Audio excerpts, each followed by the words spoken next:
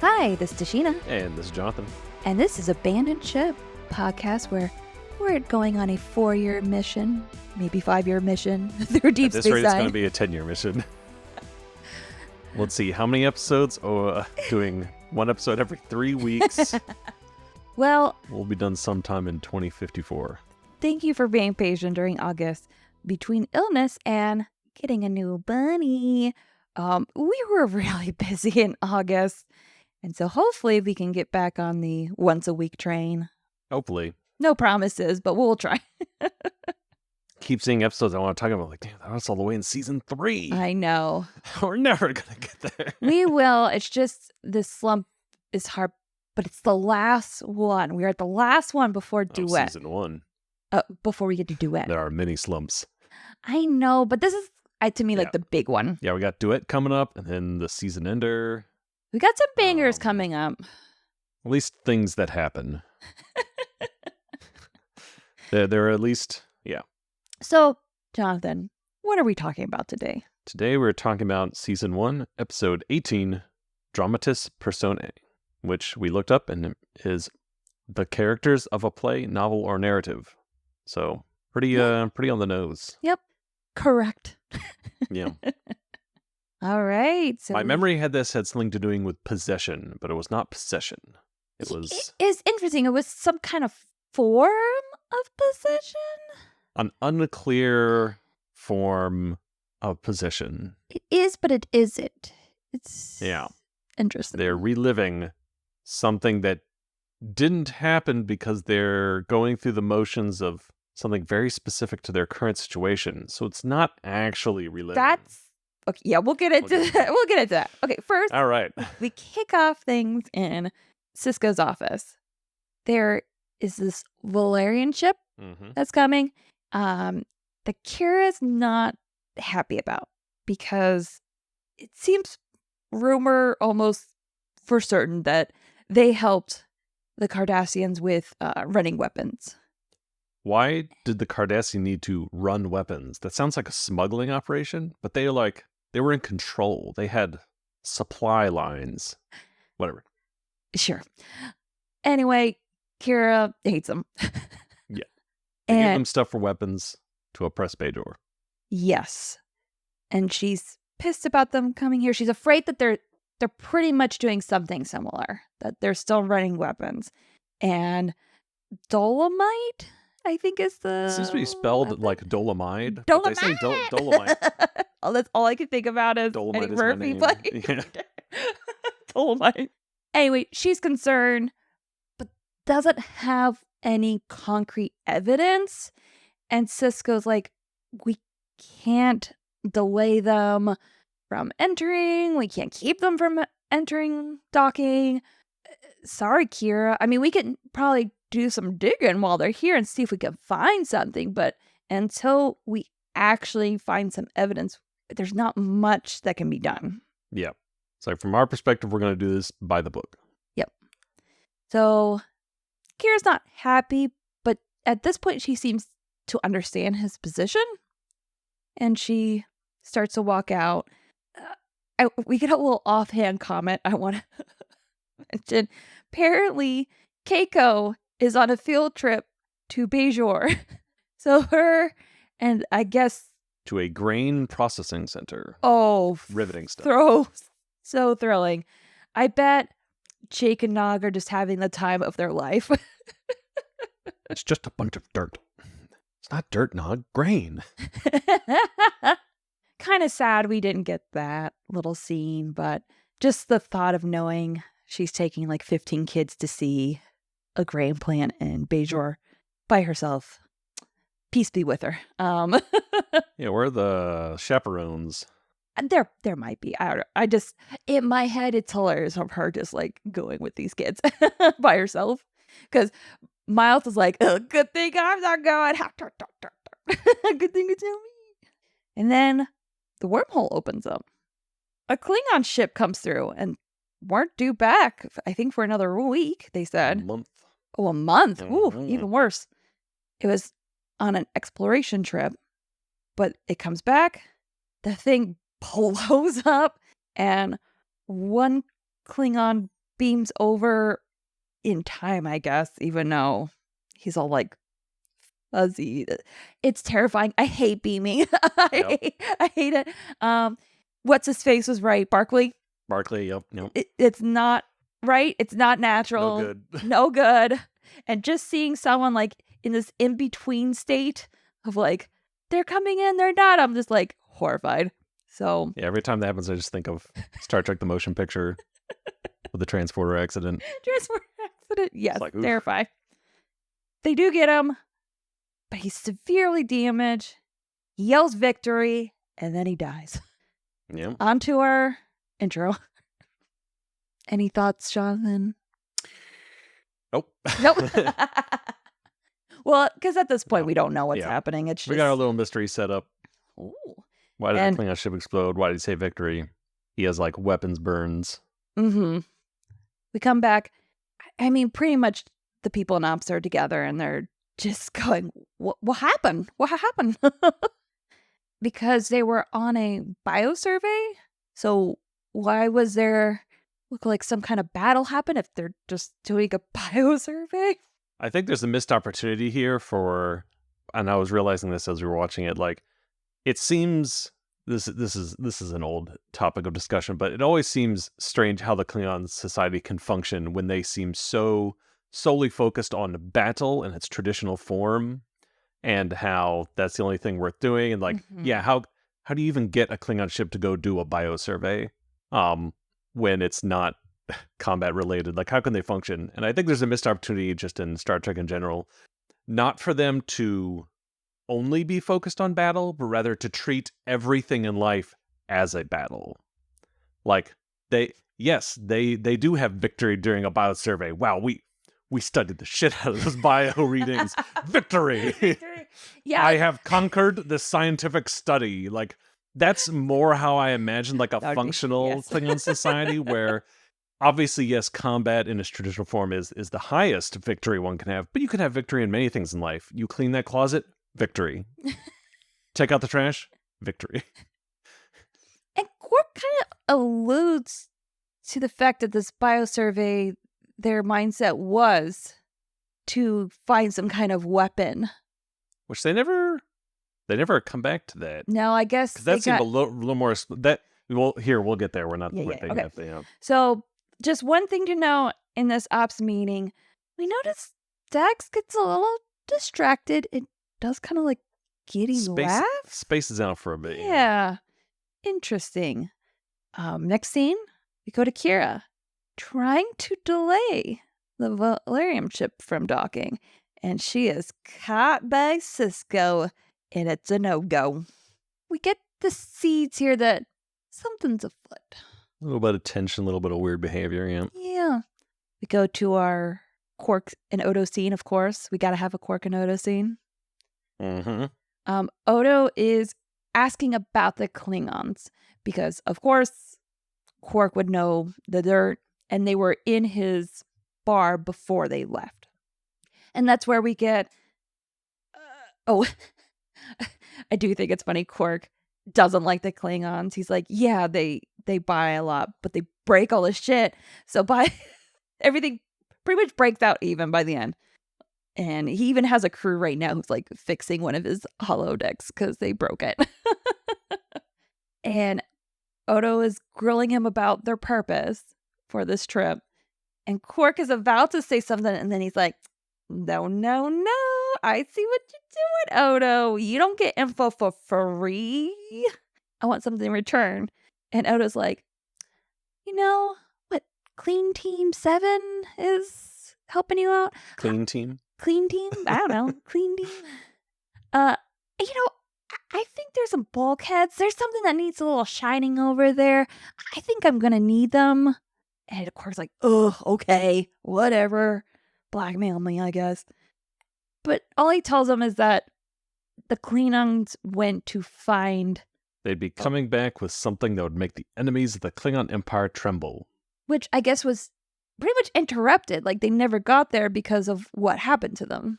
But see, it is, because they say in the log what they're doing, which is they're looking for a place for a Klingon colony. Because they're like, this planet is not worthy of a Klingon colony.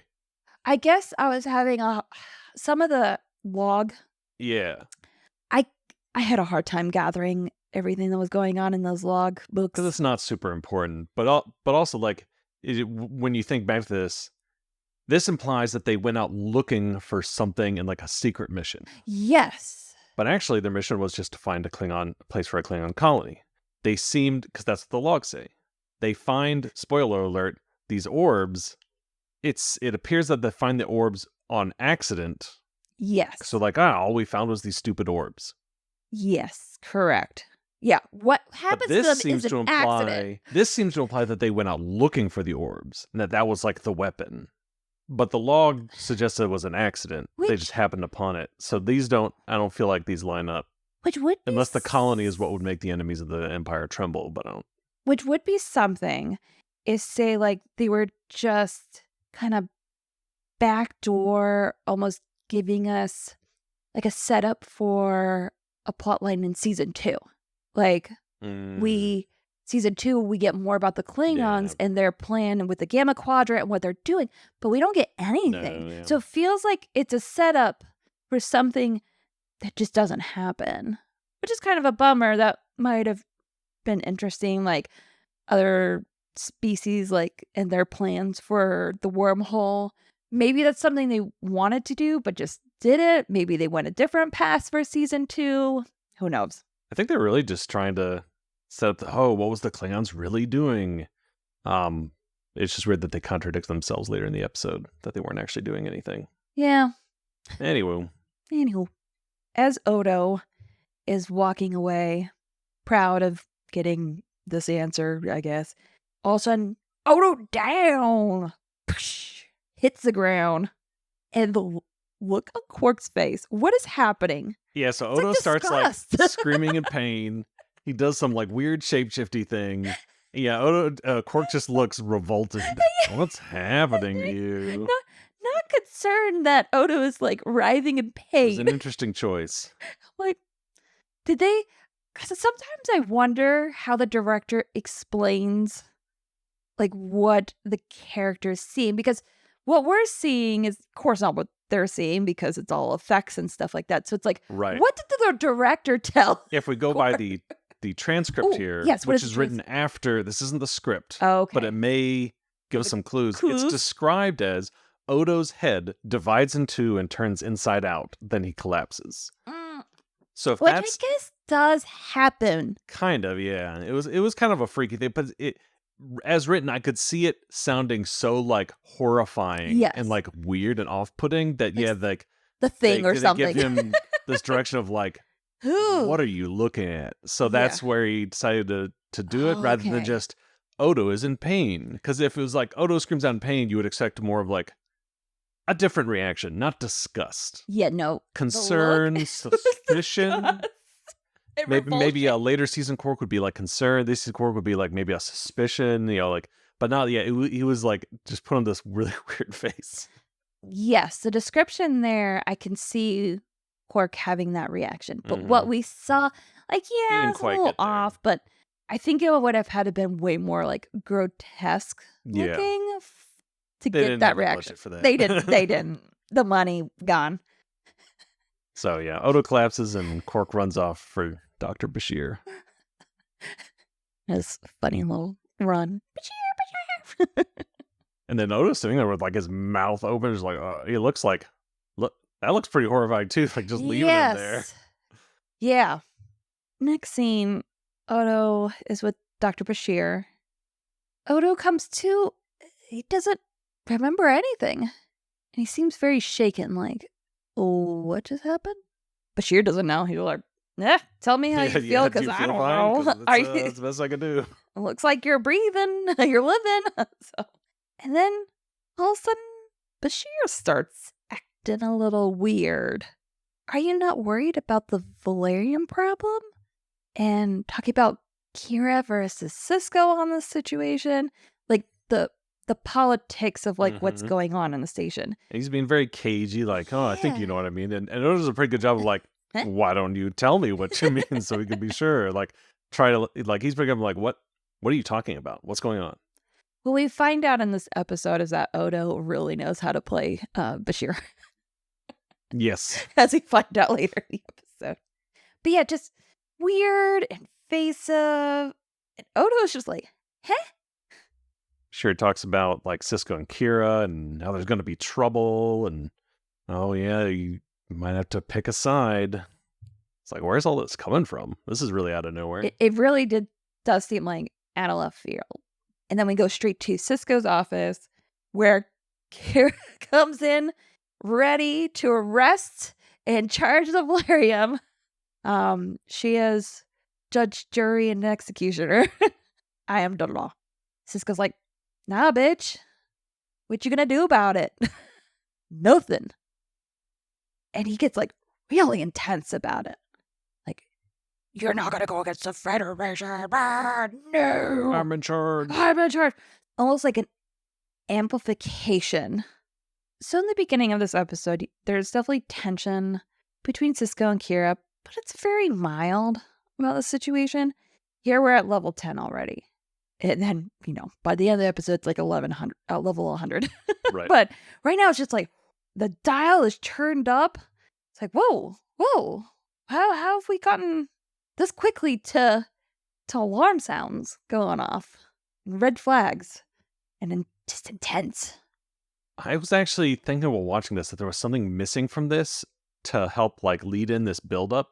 It both got pretty heated pretty fast, but also was maybe not how to describe this. It wasn't. I felt like I needed something in the production of the episode, like music, sound cues, maybe something with how it was filmed, something in the medium to help like sell this turn, because it felt like a little empty. I'm not talking about like it being spelled out like, oh, I was confused, what's happening, but show that something's not right. People aren't in their right minds. It's almost just such a straight, flat turn that they just suddenly start talking and acting differently. I think that's what I'm getting. It was just a little too like flat. They didn't use the medium that they had, yes, with it being a television show, to help move along the tension in any way, which makes a lot of it feel like really slow, because they're talking really slow because they're trying to be all secrety and cagey and use trying to use subtext, but because there's like no music, there's no change in how they film it, there's no change in post-production, there's no changes in the kinds of angles they use to like sell, like put you in this mindset of like, I almost feel like while watching this, you want to feel like you are also, they feel like they're going insane, and you want to feel like, you want to almost feel like Odo, where everything's now not quite right. And this is more just the early seasons in general, where they aren't really using like the medium to help them in any way. It's just filmed very flat, like a play. Exactly. No, you're right. This is an opportunity to get a little loosey-goosey with some things, and you're like, oh, like you feel off. Yeah, really sell it. Really sell the atmosphere. And because of that, the whole episode feels really like slow, flat, and boring, for lack of a better word, despite it being something that should be really dramatic and interesting. Like Dramatis. Yeah, these characters you love they're going at each other. So they're trying to kill each other. Like things could go bad. Yeah, something to almost they're losing their make minds. It feel more like a play happening in front of you. Yeah, I think something to sell the emotion of it. They just didn't do. You're right. We don't need something, because at the end we see the entity leave. We don't need to see the entity enter. No, yeah, because that would kind of spoil a bit like what's happening. Right. It would tip it too much one way. But you're right. It would have been neat if they're used some of the elements of their media to convey something is off, like really off with our characters. He says all we are given is this cagey person A, person V talk. Yeah, that's all we're given. It was just done so straight and so flat that the change again, it's not a confusion thing. I wanted to be on the ride. And the I wanted to be like feeling this. I wanted to be on the ride, and I wasn't on the ride. I was just like watching the ride. I also would have liked it if it was all from Odo's perspective. Oh yeah, That would have been interesting. Like we didn't see. Maybe he's there. It ups overhearing like Kira and Cisco's first initial talk about the Valerium. So we know like what's going on, but it's still from his point of view. And then some of these scenes that we could cut, like this one with in the runabout with Dex and Miles. Yeah. It's fine, but it's not something we need. I think, if this whole episode would have been from his point of view, we would have gotten that shift. So we feel a little different. Everything is from his perspective because he's the only one not affected. So then it's like, well, is it just me or is everybody get a little crazy here? Yep. And then from his perspective, you just see his colleagues just like amping everything up. Especially as you have that inciting, like him having that violent reaction and collapsing. Yes. They use it as an explanation at the end. Like, oh, that's what that was. But after it happens, he doesn't give it a second thought. Also, when really he should, like, interesting, this thing happened to me, and suddenly afterwards, everyone's behaving strangely. Also, why did it happen to him at this moment? It made it sound like when the guy died. Exactly, that everyone in Ops was affected. So why would that happen later? I didn't like that. That didn't make any sense, yeah. That would have happened on Ops. Everybody else would have been affected if he would have gone down, which would have made sense. He would have gone down, something happened to him. Right. And then everybody's around, well, you okay, Odo? I guess that's also, why it felt disconnected from the event of the Klingon dying. Yes. Like, again, I don't need to see an ethereal smoke suddenly pass in everyone's face. I don't need things spelled out, but I want things to make logical sense, and then I want to be transported into this dramatic situation. That would also give an excuse of why maybe Odo might question his own judgment, because he passes out and then everybody changes. Did something happen to him when he passed out that at that moment now everybody changed? Like then he gets little stakes of like, is it in my mind or is this really happening? I feel like I understand your limitations with filming a show. You can't do a ton of different stuff. But at least from doing it from his perspective, I think you could have upped that drama. You could have given us some different media from his perspective of like what is happening. Because as written, you don't even need him having this collapse. No.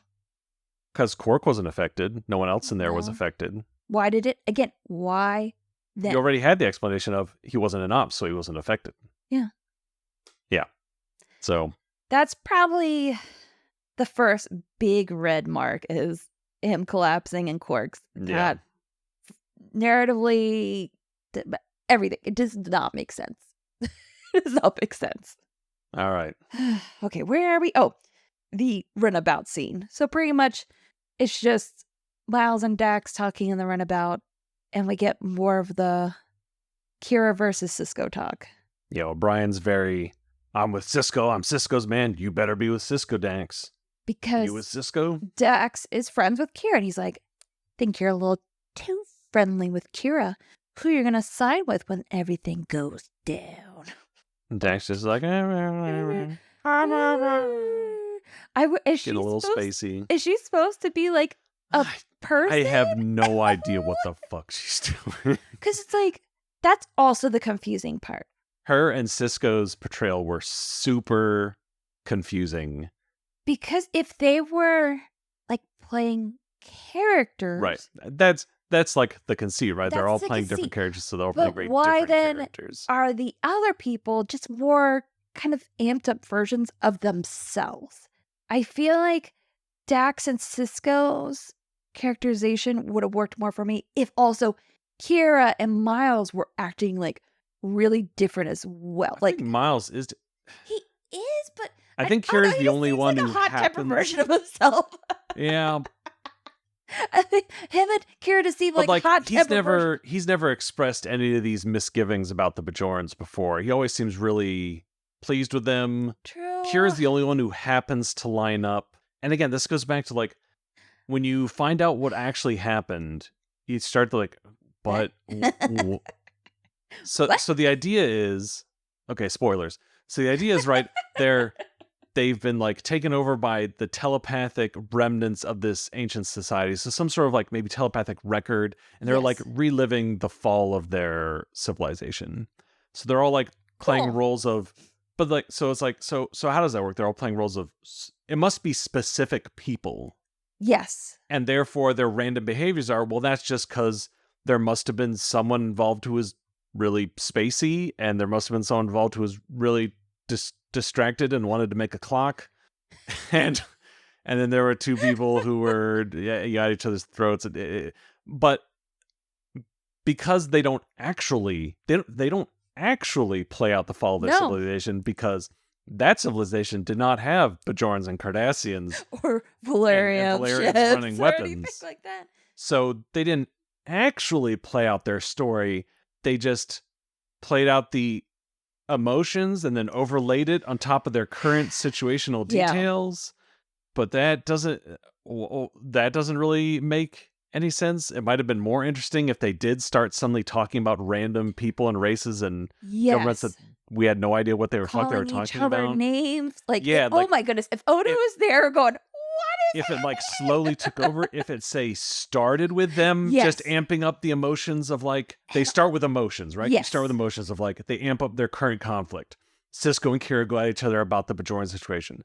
But slowly it starts overwriting more and more. They start slipping in names you don't recognize. They start talking about a completely different conflict and that kind of stuff. They start calling, oh, Dax, you're always, not Dax, Flax. You're always so spacey. Like, and we start getting, okay, so they're starting to morph into these completely different characters. Yes. So you start from emotion to a complete overwrite. That's when it starts to become more clear to Odo of, they're not going to try to just because there's something else going on here with an outside influence. They're being overwritten.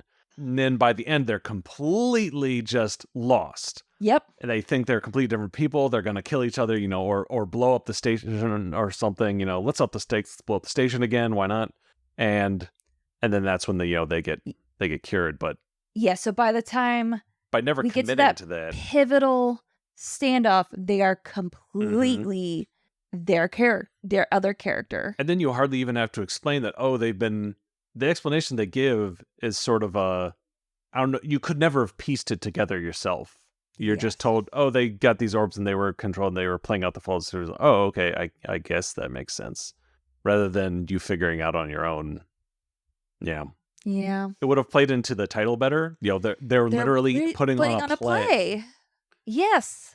Which I feel like is what they were going for. They had to commit. It was half measures here. Yeah.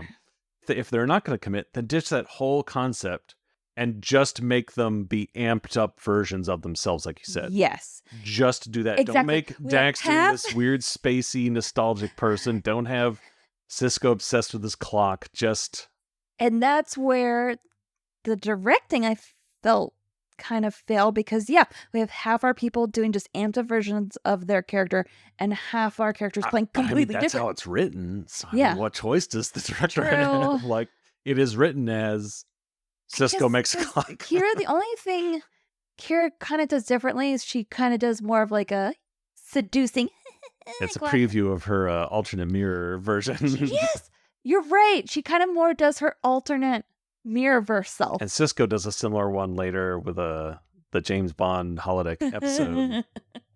To really fix this episode, you had to not completely redo the story, just that adjustment. Yes. Where by the end of the episode, they're like being overwritten and they're actually playing out a play. Make them actually play out the story. Make them, bold thought, hot take, make them do the thing you said they're doing. Change 1, change 2. Learn how to make a TV show. Which, to the credit, they do later. I mean, in the very next episode, they figure it out. It's crazy. Yeah, this and then knowing what the next episode is. But, use the medium. Yeah. Use the medium. It's, Yeah. All right. Okay, enough of that. So we get the runabout, blah, blah, blah. Oh, yeah, they're looking for the black box, right? Looking for their subspace data recorder. Yep. or whatever. Yeah, because they're trying to find out what happened. Oh, because this is probably how they get those the Yes, logbooks, yeah, right? that's why they're out there out looking for the black box. Oh, the black box. We go to Odo's office where Kira is trying to just seduce him. Seduce Odo, yeah, basically. To her side. And she lies straight to Odo's face. She's like, oh yeah, Cisco okayed that. And I was like, he did? But he completely changed his mind? So it was like, okay, well, I'll keep you both informed. She's like, you don't need to do that. And he just sort of looks at her and she's like, I can't fool you. She gets like, this weird, she does this weird smile a lot. Where she's like, I can't fool you. She's caught. And then she tells Odo, you better choose the right side. Yep. Kind of a nothing scene, to be honest. That's the thing is, there's a lot of, because I'm not on this journey with them. It's just a lot of like, yeah, I get it. Her just trying to seduce people to her side. Everyone's constantly trying to seduce Odo. Odo like, can't be seduced. Back in Ops, O'Brien has found the captain's logbook. I don't know. And they're going through it. And an overall sense of everybody being very weird. And Odo's like, the fuck is happening around Yeah, they're like looking at the recording on the screen. But Cisco doesn't care, and Dax is all being weird. And we go to Quark's. You know, Kira's trying to seduce Dax on her side. Pretty much, we get here that she's planning to overthrow Cisco, and Quark overhears this. Quark overhears the thing I said out loud in the middle of his bar. Shit, and I'm terrible at this. She really is. She manhandles him and throws him around, and which is probably what Quark wants, but in a different context. Oh yeah. He's not in his holodeck, so he doesn't like it this time. No, my fantasy has betrayed me. She's like, you better keep your mouth shut. And all that business. And again, Dax and this whole thing is just being totally spaced out. She keeps trying to like reminisce about old times, and everyone keeps cutting her off, which is kind of funny. And retelling, like, apparently the same stories, because right. Kira at one point's like, you told me that story earlier today. Yeah, Kira keeps having to be more and more explicit, like, look, just shut up. And be on my side. And take care of Cisco. I feel like Kira should realize that Dax is not going to be reliable, but whatever. Sure. And we go back to Odo's office. So Quark immediately snitches. With his neck brace. With his neck brace, talking like this. Of all those, like the shows where the person like trying to get money for suing and like, a neck brace. Oh yeah. Because he's acting like he can barely move and barely talk. But later, once Odo walks out of the room, he just walks out talking and then like moving it around. So it kind of feels like he was playing it up. When those a 90s trope. Right. Yeah. In here, which I chuckled at. Quark makes me laugh. Yeah. But he relays to Odo what happened, and then oh, by the way, Kira's trying to kick Cisco out pretty much. Bye. Odo goes over to Ops with Quark yelling in the background. I want satisfaction. He goes into Cisco's office, and who's there? Miles. In Cisco's seat as well. He says, he tells Odo that Cisco is in his quarters because he needs to stay safe. Okay, so Odo goes to his quarters, and there's guards out there, and Odo goes into his quarters, tries to tell him, hey, this is what's going on, this is what I'm hearing, and Cisco's just building his clock and doesn't give two shits.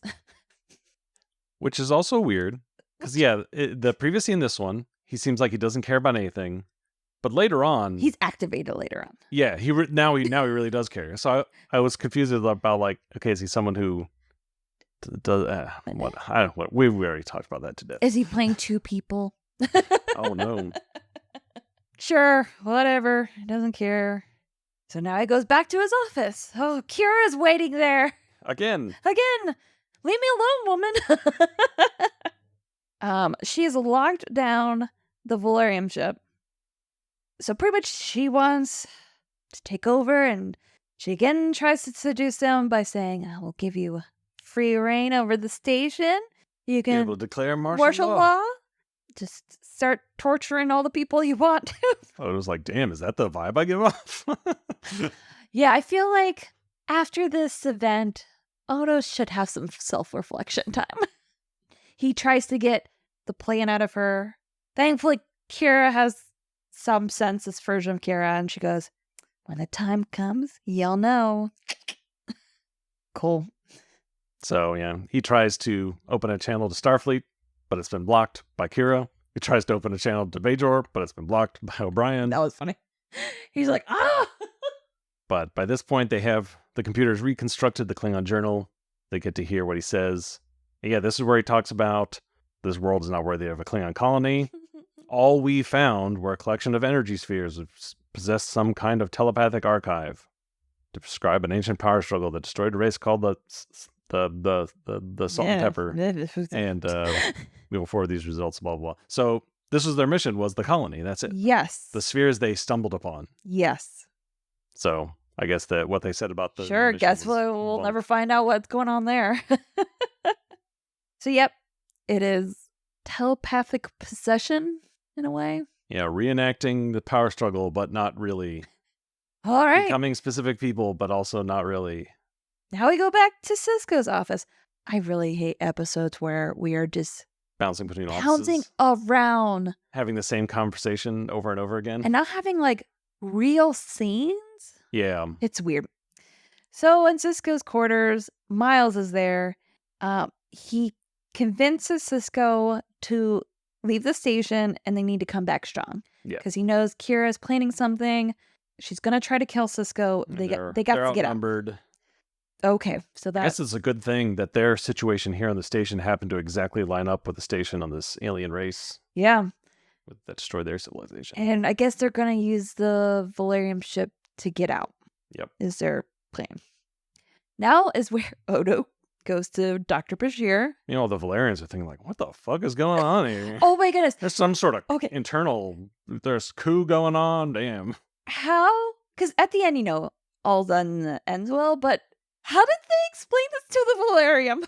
How do they explain this to like the random Bajorans on the station, watching them like go at each other's throats, having them recruit them to the Federation take over? Like, there's just so many people. Sisko beats up some Bajoran at some point. Like, was he also affected? Yeah, was he on? Or was he ops? just like, damn, I guess things are way worse than I thought. I guess I'll go along with what Kira has to say. That's also what I want to know. Like, are these Bajorans, were they on ops? Or literally they were just going along with Kira? I mean, at one point they talk. Do uprising! When he's here with, at some point here, he's here with Sisko. He's talking about, no, I need more time. We can't take on the Bajorans. And then a Bajoran officer comes in from stage right. And he's like, was he right there listening? They're just like, I don't get paid enough for this. They'll figure it out. So Odo goes to the doctor. He manhandles him for a bit.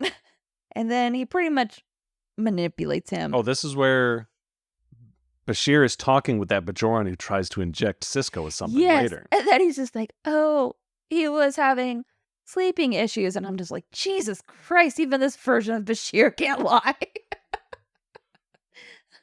Oh no, that's on you for not getting that. So I guess Bashir's on Kira's side. Although when he asked that Bajoran later, was Kira up to this, he says no, because I guess Bashir put him up to this. So who says Bashir? Hey, whatever. It doesn't matter. Who cares? Who cares? It's so confusing. So yeah. So Odo's trying to figure out, what? Because no help is coming. There's no way Odo can get help. So he needs to figure out how to help everybody on his own on the station. And Bashir is the only one that can lift this telepathy in a way. But Bashir is on the whole sides thing. So he has to convince them that doing this will help their side. Does a pretty good job. He does. It's a good episode for Odo because you get to see him put things together, like do some investigation. Bashir, no matter what version, no matter what version of Bashir, Odo knows how to play him. The winner of this episode is definitely Odo. Yes. He's the only one who really gets to do anything interesting. So now shit goes down. We go to ops. We talk about the Bajoran that comes from stage right, who Tries to take out Cisco. Yeah, because he was the one that was talking to Bashir. Yeah, he shows Cisco something, then I guess he tries to jab him. And Miles goes, Cisco, watch out! Then Dax tries to hail Kira. So I guess that's what she decided to backs oblivion. Bam. I'm like, Miles hits Dax. Well, yes, Cisco pretty much beats the shit out of this Bajoran that tries to kill him. Like, throw him in the pit. He fell into the pit. Kira and Co. come in to try to do their takeover. Miles and Cisco beam out. And I guess Kira knew they would try to do something like this, so they're unable to beam to the Valerian ship, but I guess they just got redirected to as close as they could. Sure, why not? They call Odo for help. So he's like, okay, yeah, I'll deactivate all these force fields and direct you to the ship. Which I guess he more leads them to a cargo bay. Yeah, he's leading them to a cargo bay. Because then Kira finds out. He's like, you betrayed us. You tried to betray me. It's like, no. I never betray you, my boo. And Bashir's like, oh. I'm leading him into a trap. Oh, Odo, you're so good at this. So pretty much everybody gathers in this cargo bay. And thank God Odo gets there in time because Kira about blast Cisco from this world. Him and Bashir enter the cargo bay, lift the telepathic thing. They execute some program that does something that forces the thing out of them. And so now this is the silliest part. Because they did this thing to zap the telepathy out of their brains. So you see which this now like mist of telepathy. This telepathic mist is now floating in the air, which I guess is affected by wind currents, because the solution is to then open the cargo bay and have everyone just hold on to something secure, so they'll grab onto boxes. Oh my gosh, that was hilarious. Like, that is not secure. You dead? and ejects the telepathic energy into space, because I guess that works. Sure, why not? Yeah. Odo saves the day. And pretty much everything back to normal. And Cisco now has a call. Apologizes profusely to the Bajoran he put in a coma. And the Valerian ship they're just hanging out there. So, can we go? Yeah, Kira's definitely not going to get her way because they now have to profusely apologize to the Valerian. Oh, maybe he's so confused he cracks. He's like, fine, we were running weapons. Just let us out of here. Damn. We'll never come back. Just please let us go. Place is weird as shit. But I love when we get these messy episodes like this and it ends with everything cool now. Yeah. Everything all right. DS9 especially. Really? Probably because they stand out because it is typically so serial and things affect each other. Next, that the ones where they do this sort of reset really stand out, but there's one in particular with Eddington that I cannot wait to get to and talk about, because it is one of the most egregious examples of this, where they really had to have their cake and eat it too. And like, well, we want to do this and have them go to these really dark places, but we can't have it ruin the show. I feel it really stretches your suspension of disbelief. Yeah, and that seemed to happen a lot with Eddington in particular. Yeah. But so we'll get there when we get there for that. Just reminded me of that. At least this one, they do generally have an excuse of like, we were controlled. But since they didn't go as far as to completely just replace it with the alien conflict, and it kept as just, even though they were controlled, because it strictly amplified a real tension. Yes. So it's like, yes, we were controlled, but it gives you some opportunity to talk about, hey, I know we were controlled, but we're cool, right? Like, should we talk about these buried feelings we might be having? That would have been a nice opportunity to talk about at the end. Yeah, because I feel like it was slightly touched on and then, no, keep on going. Yeah. They didn't do that. Also, because it was an amped up version of like what was really happening, why would like the Valerian believe him when they said, "Oh, sorry, Kira was under telepathic, jibber jabber Maybe stuff." like, yeah, sure, whatever. Yeah, whatever. Like, why would anybody? There's some species who wouldn't believe that because they didn't go far enough. Now this is the whole thing where they were doing. Now they go around the galaxy spreading this rumor about him, and I saw it. They were at each other's throats. Don't go to Deep Space Nine, man. Shit's weird over there. Yeah. They'll lock down your ship for days, and you don't know what's happening.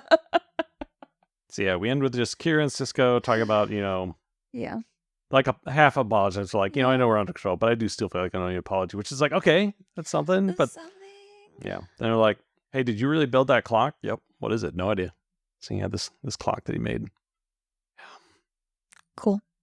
Yeah. So yeah, we talked about it already quite a bit, but just some missed opportunities. Yes. That would have actually made it probably a pretty interesting episode. Yeah, because the idea is great. Being taken over by a historical event in a way, and becoming different characters and playing out this event that happens could have been really interesting.